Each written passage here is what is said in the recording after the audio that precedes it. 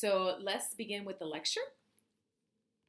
Okay, great. So to begin today's lecture, I want you to watch the following video. And as you're watching the video, I want you to really think about what is the problem with a single story? What is the problem with the single story? If that's all you get, just one story. And think about this as we move forward through the lecture, and think about this as we talk about, our histories and how things have worked in the United States in terms of racially and ethnically in the issues that we have experienced in the United States. So watch this video. I hope you enjoy it. And, let me think about what's the problem with the single story.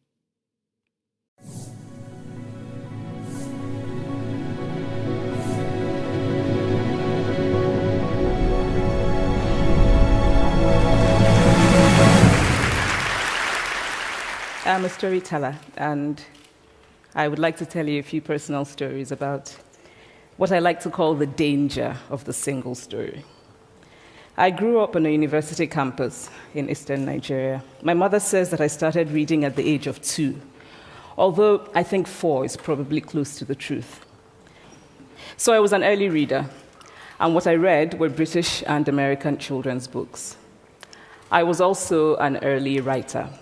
And when I began to write at about the age of 7, stories in pencil with crayon illustrations that my poor mother was obligated to read, I wrote exactly the kinds of stories I was reading. All my characters were white and blue-eyed. They played in the snow. They ate apples. And they talked a lot about the weather, how lovely it was that the sun had come out. Now, this despite the fact that I lived in Nigeria. I had never been outside Nigeria. We didn't have snow. We ate mangoes. And we never talked about the weather because there was no need to. My characters also drank a lot of ginger beer because the characters in the British books I read drank ginger beer. Never mind that I had no idea what ginger beer was. And for many years afterwards, I would have a desperate desire to taste ginger beer. But that is another story. What this demonstrates, I think, is how impressionable and vulnerable we are in the face of a story, particularly as children. Because all I had read were books in which characters were foreign, I had become convinced that books, by their very nature, had to have foreigners in them and had to be about things with which I could not personally identify. Now, things changed when I discovered African books. There weren't many of them available, and they weren't quite as easy to find as the foreign books. But because of writers like Chinua Achebe and Kamara Laye, I went through a mental shift in my perception of literature. I realized that people like me, girls with skin the color of chocolate, whose kinky hair could not form ponytails, could also exist in literature. I started to write about things I recognized. Now, I loved those American and British books I read. They stirred my imagination. They opened up new worlds for me.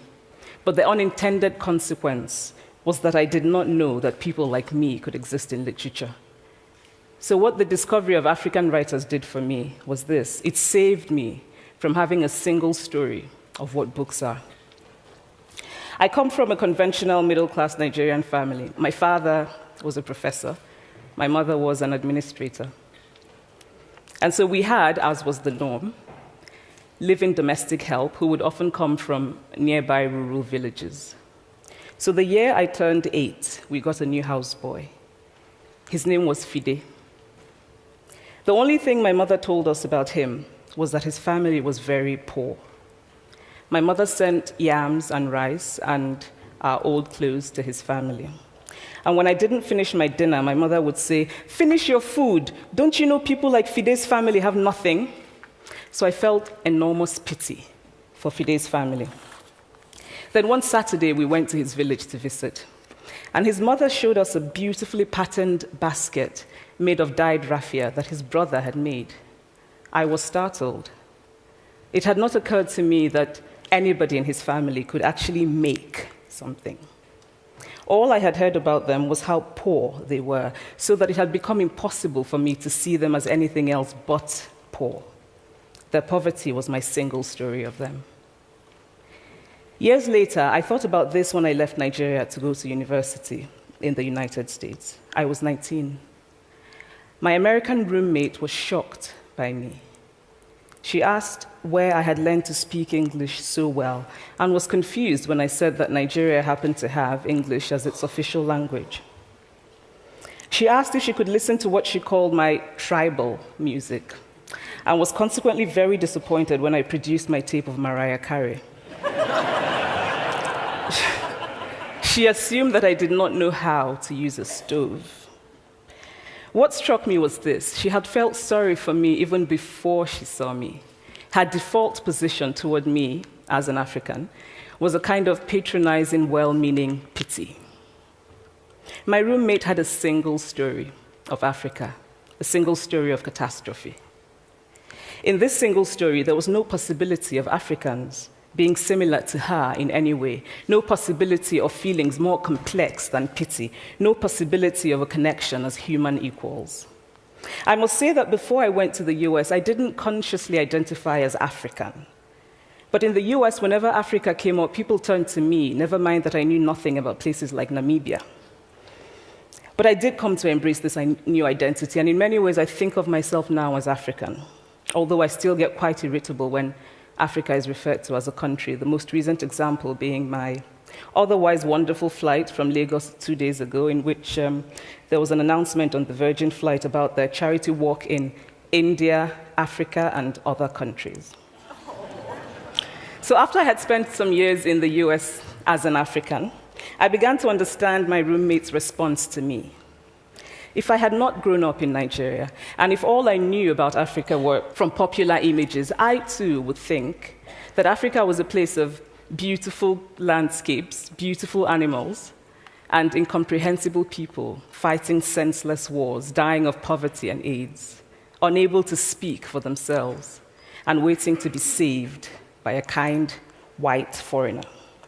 I would see Africans in the same way that I, as a child, had seen Fide's family. This single story of Africa ultimately comes, I think, from Western literature. Now, here's a quote from the writing of a London merchant called John Locke, who sailed to West Africa in 1561 and kept a fascinating account of his voyage. After referring to the black Africans as beasts who have no houses, he writes, "They are also people without heads, having their mouths and eyes in their breasts." Now, I've laughed every time I've read this, and one must admire the imagination of John Locke. But what is important about his writing is that it represents the beginning of a tradition of telling African stories in the West, a tradition of sub-Saharan Africa as a place of negatives, of difference, of darkness, of people who, in the words of the wonderful poet Rudyard Kipling, are half devil, half child. And so I began to realize that my American roommate must have, throughout her life, seen and heard different versions of this single story. As had a professor who once told me that my novel was not authentically African. Now, I was quite willing to contend that there were a number of things wrong with the novel, that it had failed in a number of places, but I had not quite imagined that it had failed at achieving something called African authenticity. In fact, I did not know what African authenticity was. The professor told me that my characters were too much like him, an educated and middle-class man. My characters drove cars. They were not starving. Therefore, they were not authentically African. But I must quickly add that I, too, am just as guilty on the question of the single story. A few years ago, I visited Mexico from the US. The political climate in the US at the time was tense, and there were debates going on about immigration. And, as often happens in America, immigration became synonymous with Mexicans. There were endless stories of Mexicans as people who were fleecing the healthcare system, sneaking across the border, being arrested at the border, that sort of thing. I remember walking around on my first day in Guadalajara, watching the people going to work, rolling up tortillas in the marketplace, smoking, laughing. I remember first feeling slight surprise, and then I was overwhelmed with shame. I realized that I had been so immersed in the media coverage of Mexicans that they had become one thing in my mind, the abject immigrant. I had bought into the single story of Mexicans, and I could not have been more ashamed of myself. So that is how to create a single story. Show a people as one thing, as only one thing, over and over again, and that is what they become. It is impossible to talk about the single story without talking about power. There is a word, an Igbo word, that I think about whenever I think about the power structures of the world, and it is nkali. It's a noun that loosely translates to be greater than another. Like our economic and political worlds, stories too are defined by the principle of nkali. How they are told, who tells them, when they are told, how many stories are told, are really dependent on power. Power is the ability not just to tell the story of another person, but to make it the definitive story of that person. The Palestinian poet Mourid Barghouti writes that if you want to dispossess a people, the simplest way to do it is to tell their story and to start with secondly. Start the story with the arrows of the Native Americans and not with the arrival of the British, and you have an entirely different story. Start the story with the failure of the African state and not with the colonial creation of the African state, and you have an entirely different story. I recently spoke at a university where a student told me that it was such a shame that Nigerian men were physical abusers like the father character in my novel. I told him that I had just read a novel called American Psycho, and that it was such a shame that young Americans were serial murderers. Now,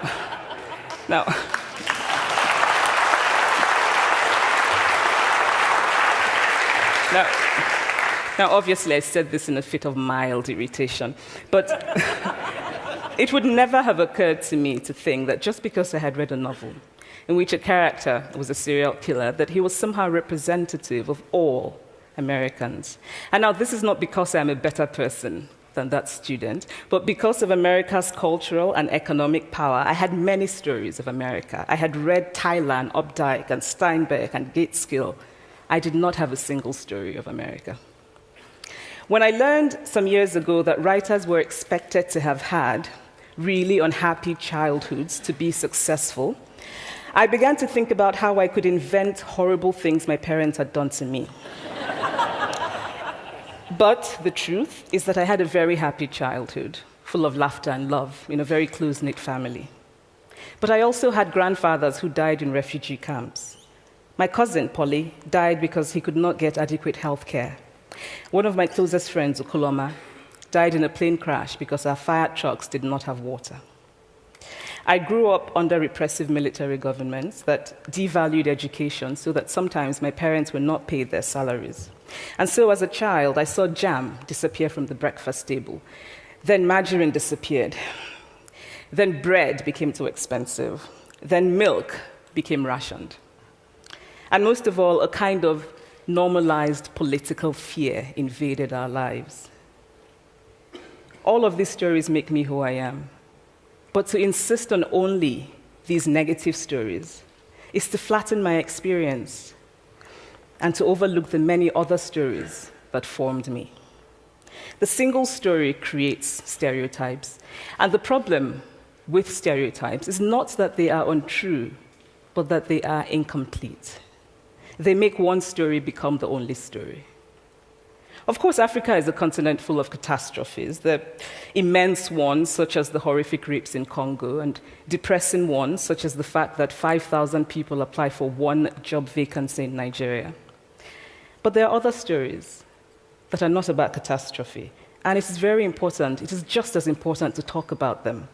I've always felt that it is impossible to engage properly with a place or a person without engaging with all of the stories of that place and that person. The consequence of the single story is this: it robs people of dignity. It makes our recognition of our equal humanity difficult. It emphasizes how we are different rather than how we are similar. So what if before my Mexican trip, I had followed the immigration debate from both sides, the US and the Mexican? What if my mother had told us that Fide's family was poor and hardworking? What if we had an African television network that broadcast diverse African stories all over the world, what the Nigerian writer Chinua Achebe calls a balance of stories?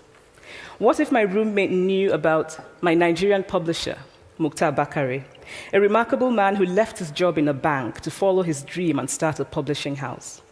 Now, the conventional wisdom was that Nigerians don't read literature. He disagreed. He felt that people who could read would read if you made literature affordable and available to them. Shortly after he published my first novel, I went to a TV station in Lagos to do an interview. And a woman who worked there as a messenger came up to me and said, "I really liked your novel. I didn't like the ending. Now you must write a sequel, and this is what will happen." And she went on to tell me what to write in the sequel. Now, I was not only charmed, I was very moved. Here was a woman, part of the ordinary masses of Nigerians who were not supposed to be readers. She had not only read the book, but she had taken ownership of it and felt justified in telling me what to write in the sequel. Now, what if my roommate knew about my friend, Fumi Yonda, a fearless woman who hosts a TV show in Lagos and is determined to tell the stories that we prefer to forget? What if my roommate knew about the heart procedure that was performed in a Lagos hospital last week? What if my roommate knew about contemporary Nigerian music, talented people singing in English and Pidgin and Igbo and Yoruba and Ijo, mixing influences from Jay-Z to Fela to Bob Marley to their grandfathers? What if my roommate knew about the female lawyer who recently went to court in Nigeria to challenge a ridiculous law that required women to get their husband's consent before renewing their passports? What if my roommate knew about Nollywood, full of innovative people making films despite great technical odds? Films so popular that they really are the best example of Nigerians consuming what they produce. What if my roommate knew about my wonderfully ambitious hair braider who has just started her own business selling hair extensions? Or about the millions of other Nigerians who start businesses and sometimes fail, but continue to nurse ambition? Every time I am home, I am confronted with the usual sources of irritation for most Nigerians: our failed infrastructure, our failed government, but also by the incredible resilience of people who thrive despite the government rather than because of it. I teach writing workshops in Lagos every summer, and it is amazing to me how many people apply, how many people are eager to write, to tell stories. My Nigerian publisher and I have just started a nonprofit called Farafina Trust, and we have big dreams of building libraries and refurbishing libraries that already exist and providing books for state schools that don't have anything in their libraries, and also of organizing lots and lots of workshops on reading and writing for all the people who are eager to tell our many stories. Stories matter. Many stories matter. Stories have been used to dispossess and to malign, but stories can also be used to empower and to humanize. Stories can break the dignity of a people, but stories can also repair that broken dignity. The American writer Alice Walker wrote this about her southern relatives who had moved to the north, and she introduced them to a book about the southern life that they had left behind. They sat around reading the book themselves, listening to me read the book, and the kind of paradise was regained. I would like to end with this thought, that when we read. So it's important as we begin this lecture to really think about the power of stories, right? How stories can repair, can break, can bring people together, can separate people, can leave people behind, right? Or make them invisible. When we reject single stories, we are rejecting the fact that only one story is usually told. And I want you to think in terms of the settings, classroom settings, school settings, right? Usually stories are only told from one particular perspective, and how that helps or maybe perhaps damage the views our students may have. So as we think about multicultural education, bilingual education, I want us to think about why we do this. Why do we have multicultural education courses? Why do we have bilingual programs, right? And think about the stories that you have been told, the stories that you've heard um, through the curriculum, and how the curriculum has always been used as a tool to tell a story. So today we're going to kind of set the stage for the remainder of this course, talking about transformation and dominance. Because really, when you think about the curriculum, for example, that our students get, there is a lot of dominance for one particular group of people, or maybe perhaps two particular group of people whose stories are always told. So in order to set the stage, let's talk about how that has been framed in the United States and how that's being framed in our schools. I always like to start with a quote of the day. In the end, as any successful teacher will tell you, you can only teach the things that you are.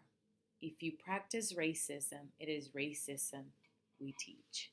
So it's really important to begin to look at who we are, to begin to look at our beliefs, to begin to look at how we think of what we think about students, what we think about how they got here, where they come from, all of those things. We can only teach what we are.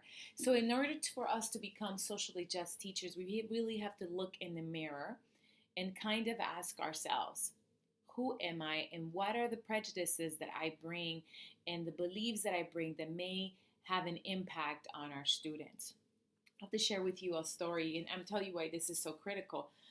When I was a teacher in California, fourth grade teacher in California, I took my students to the Museum of Tolerance. And as I was going into the museum, there were two doors, right? And I'm there with all the kids, and they're super excited. We all got in the Museum of Tolerance, but those of you who don't know, is the Jewish Museum, the Holocaust Museum in LA. And we walk in there, and we had just studied, the Holocaust, and we had just studied Anne Frank. And so we were all super excited about the prospects of continuing to learn about, about the history. And so as we walk in, there are two doors, right? And I'm here with all my fourth grade students, and I was a dual language teacher. And one door said racist, and the other door said not racist, right? Whew. So that kind of took me by surprise. And all my students, we were all, we had just read the Diary of Anne Frank. We had just read about the effects of racism. And so all of us, of course, lined up in the not racist door. And I'm not sure if any of you have been there, but, we, of course, we're not racist. We're not going to, we're going to line up in the not racist door. And as we go in to try to open the door is locked. And every single one of us had to walk through the racist door. And as you're walking through the door, you go into the door, and there is a hallway. And on top of the roof of the hallway, there's tons of words that are popping. And as they're popping, you see the words, you hear the words. And there's all kinds of derogatory words, mean things, all kinds of things like fat, I don't know, you're this, you're that. I mean, a whole bunch of different things. And I remember walking through that, and all of us walking through them. By the end, you realize that you have become part of the problem.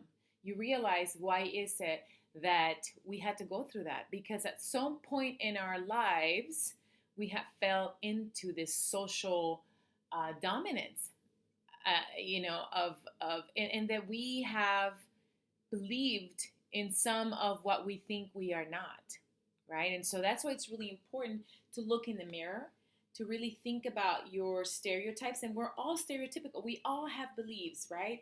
And because think about it, from the moment that we are born, we have a tape recorder that tells us, how to think, what to think, And there are beliefs that are ingrained in us, since we are born. And so that tape recorder never really goes away. And it's not until something happens to you that triggers that particular CD or that particular LP or MP3 play, MP3 or whatever it is that says, oh, this person X, Y, and Z.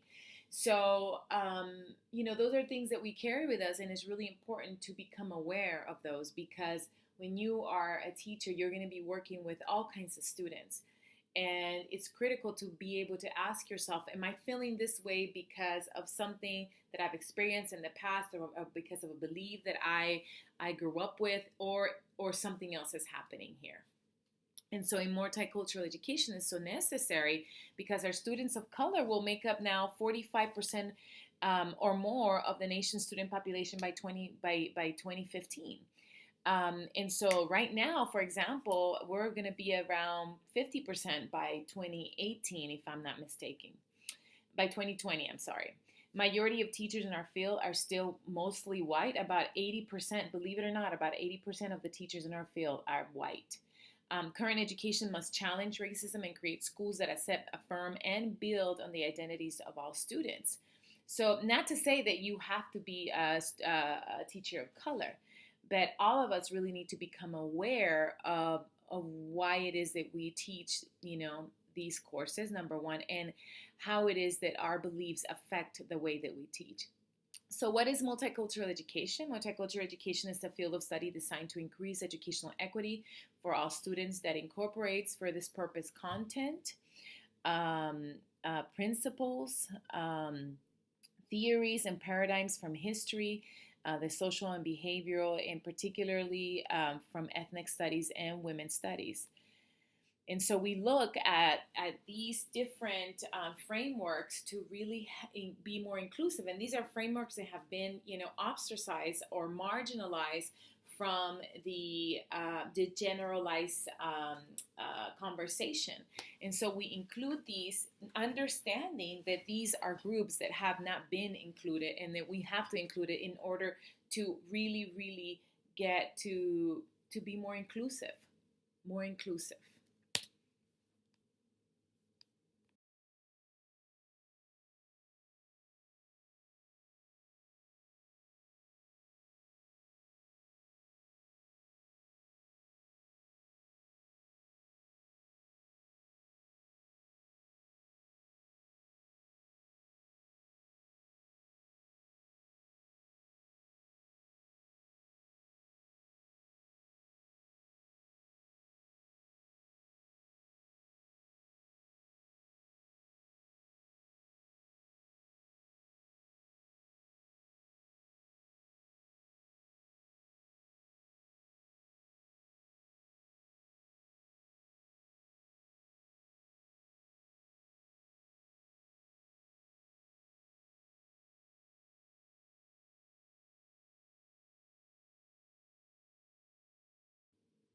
So let's begin talking about the luxury of ignorance, right?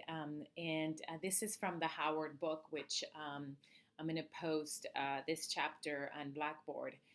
You don't have to necessarily read it, but I really like this quote. And Howard is a white professor that wrote a wonderful book where he talks about how his wonderful transformation, personal transformation into a socially just teacher. And one of the things that he talks about is the luxury of ignorance. And he says, and I quote, "I realize that members of the dominant group of any society do not necessarily have to know anything about those who are not like them.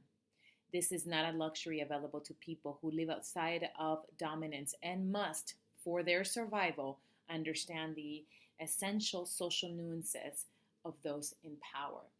So really what he's talking about here, and I think it's not only in terms of race, but I think it's also in terms of social class. There are people who simply that have the luxury of not having to worry about what it takes every month to pay your bills. For example, if you're going to be homeless next week, if your kids are going to be able to eat, And there is a luxury of ignorance, right? We don't have to worry about it because it doesn't really affect us. We don't have to worry about what's happening abroad because it doesn't really affect us. We don't have to worry about what these students are going through because it doesn't really affect us. So he was talking about his own transformation as a man who has privilege.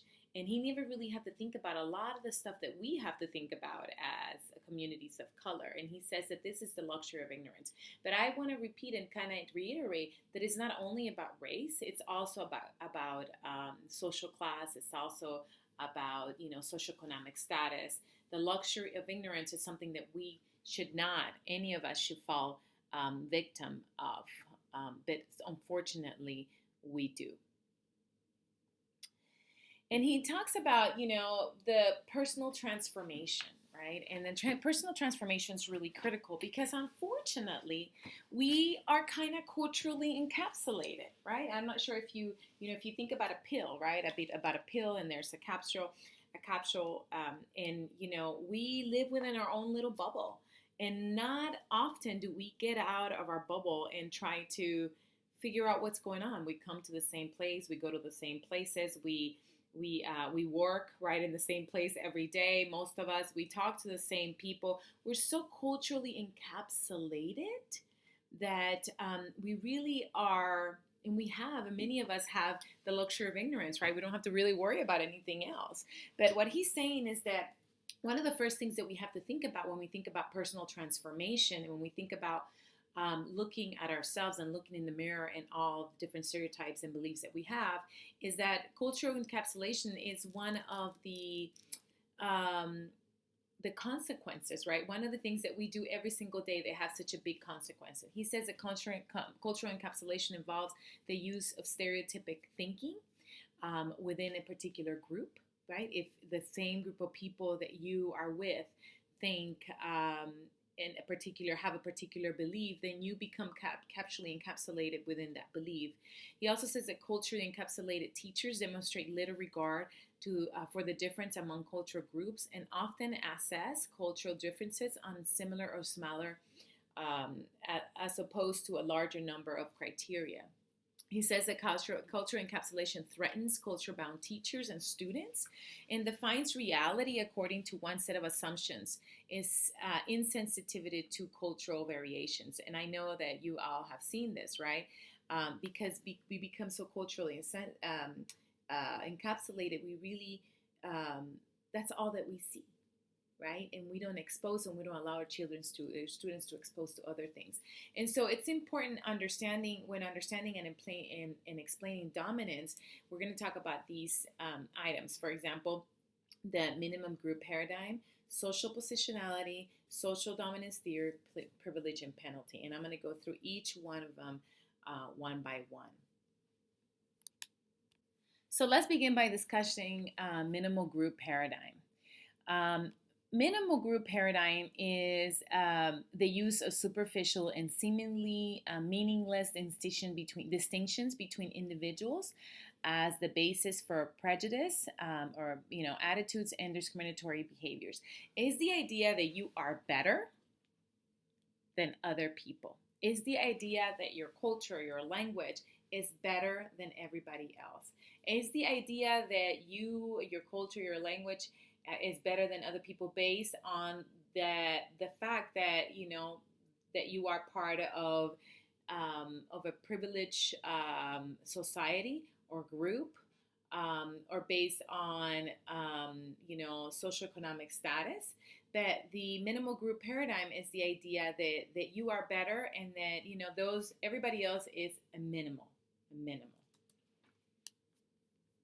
So minimum group paradigm, is the idea that human beings tend to demonstrate negative in-group and out-group dynamics, even when there is an extremely limited basis for drawing distinctions between members of the group. Even if you have a little evidence, simply by opinion, right? You believe that you're not part of this in-group, right? That this is my in-group. You're not part of this in-group because of who you are, your background, perhaps not having enough money. You know what I mean, like that.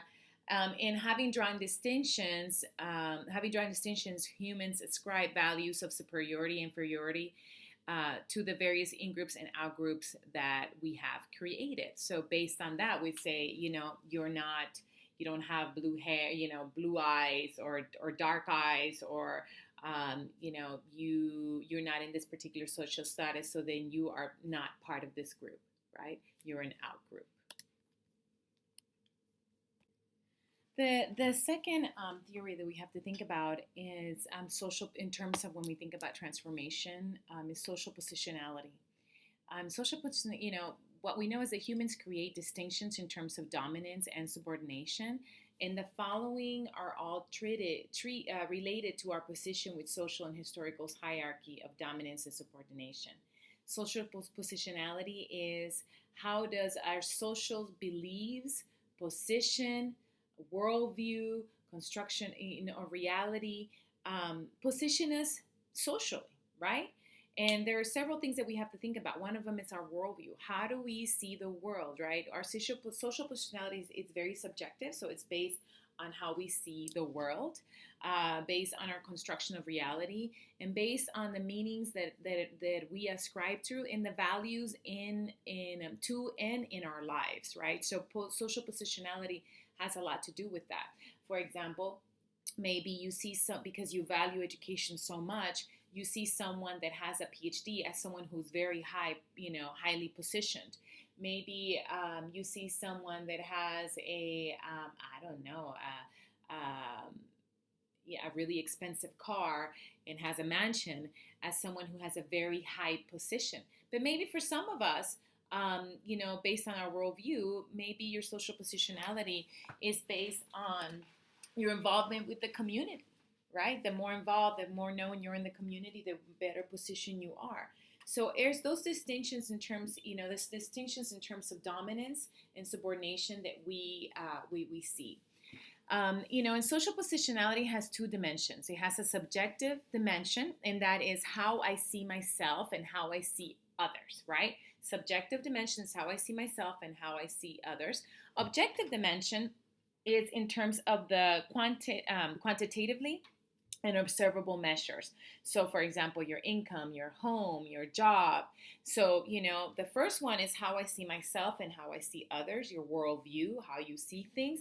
And the second one is the objective dimension. It has a lot to do with what you own, with what you have, but also related, to your worldview. Because if you, again, like I mentioned before, if you value education and you value someone that has a high degree of education, then you will see someone with a PhD much higher. But also societal, in terms of our society, what are the things that are, objective dimensions? How people see someone, that has a PhD, or someone that, that is owns their own business, for example. How is that value within society? And social positionality helps us understand, white collective identity. And we're talking about white collective identity because it is it's still a majority, and it is the rhetoric and the belief, that in the one story we have all been hearing and told in schools, right? And it helps to understand white collective identity, especially those on the outside looking in, see the this appropriate allocation of power, wealth, control, and dominance, both objectively and subjectively, right? Both objectively and subjectively. And that's really critical and important to really understand. Now, social dominance theory is human social systems are predisposed to form social hierarchies and to discriminate against outgroups. So, and they have done so for many, many, many, many, many years. There are hegemonic groups, those of higher positions of power, that tend to for example, be disproportionately male, and most forms of social oppression can be viewed as manifestations of group-based social hierarchies. So social hierarchy is a survival strategy that has been selected by many species and primates, since we were created, right? And so, but these social systems become dominant, that become the one story that we hear, the one story that is always told, the one story, that it's always, that we go by, right?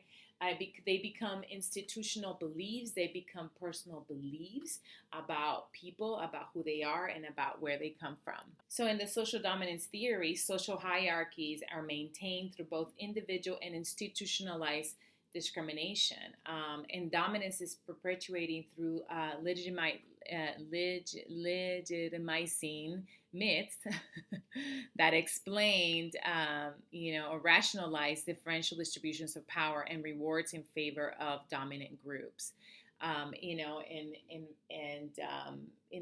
People oftentimes talk about institutionalized discrimination, racism, and this is something that we see, for example, in academia. Till this day, men professors with PhDs that do exactly the same job as women professors make a lot more money, when they're higher, and they're higher with a higher pay. And I know, for example, here at the University of Texas, where I'm still at right now, there was a big lawsuit several years back because these group of Latina professors were hired, and this group of Caucasian professors were hired, and they had the same PhDs all from tier 1 universities, and the male professors got more money than the Latina professors, and it became a really big lawsuit.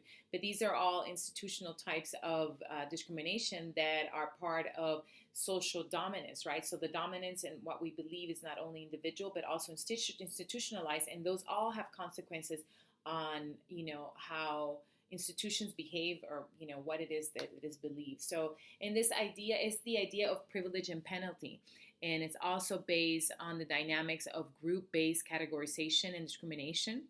There are social arrangements of dominance caused by privileges.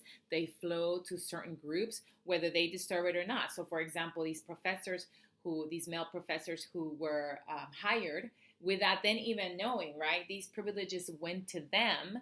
They still had a PhD, just like the female professors, but this privilege went to them. And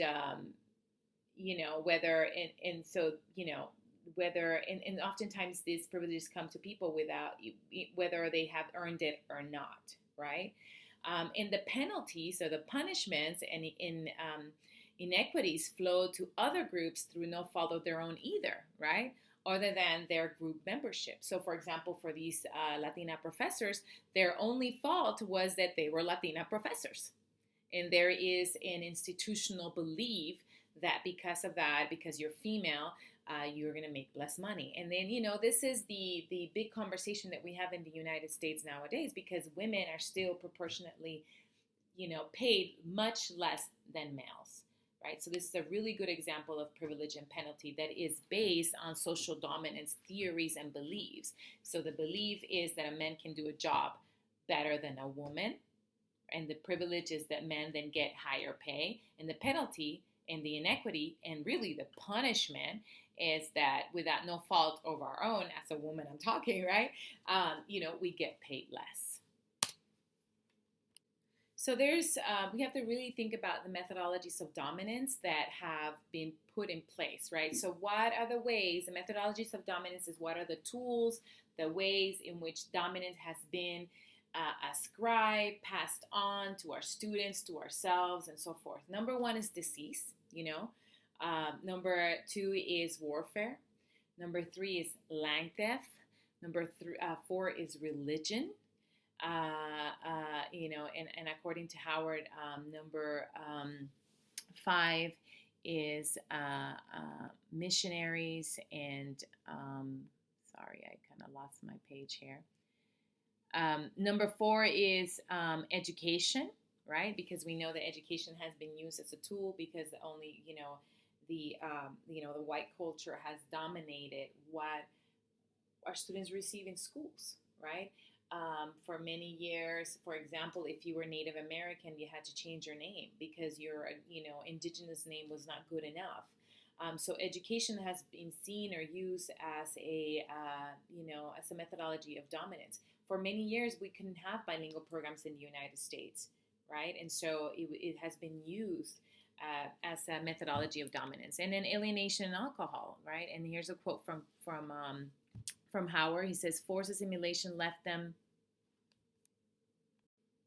He says forced assimilation left them too white to be accepted by their relatives back on the reservation, and yet they remain too Indian to be accepted in white society. And again, talking about how education was used in alienation, and alcohol, for example, was used to dominate the Native American culture. So, what is the purpose of the scores?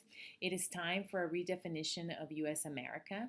Our percentage of the population, as our percentage of the population declines, our commitment to the future must change. The future calls us to become partners in the dance of diversity, a dance in which everyone shares the lead. And because we have been separated by race and ethnicity for so long, sometimes we feel awkward at first, but with new moves, um, and with a little bit of help of our friends in in other cultures, even white folks can learn to dance again as we once did among great stone circles of ancient Europe. And this is from the Gary Howard book, White Multicultural Education. Also, on top of that, the purpose of this course is also to evaluate how bilingual education fits into all of this, right? Why is it that we have bilingual education, and how, as bilingual educators, we kind of, it's really interesting because people assume that because we're bilingual educators, we know multicultural education and that we do multicultural education, but that's not necessarily true. Just because you're teaching in Spanish doesn't mean that you're doing multicultural education. So I think it's, understanding where we come from, understanding where our students come from, and understanding that it is critical to continue to open the eyes of our students and open ourselves as teachers. Understanding that we have prejudice, right? That we have particular beliefs that may affect our students in one way or another. And that in part of this is, and as we do this, we begin to transform our educational practices, and we begin to transform the lives of many of our students.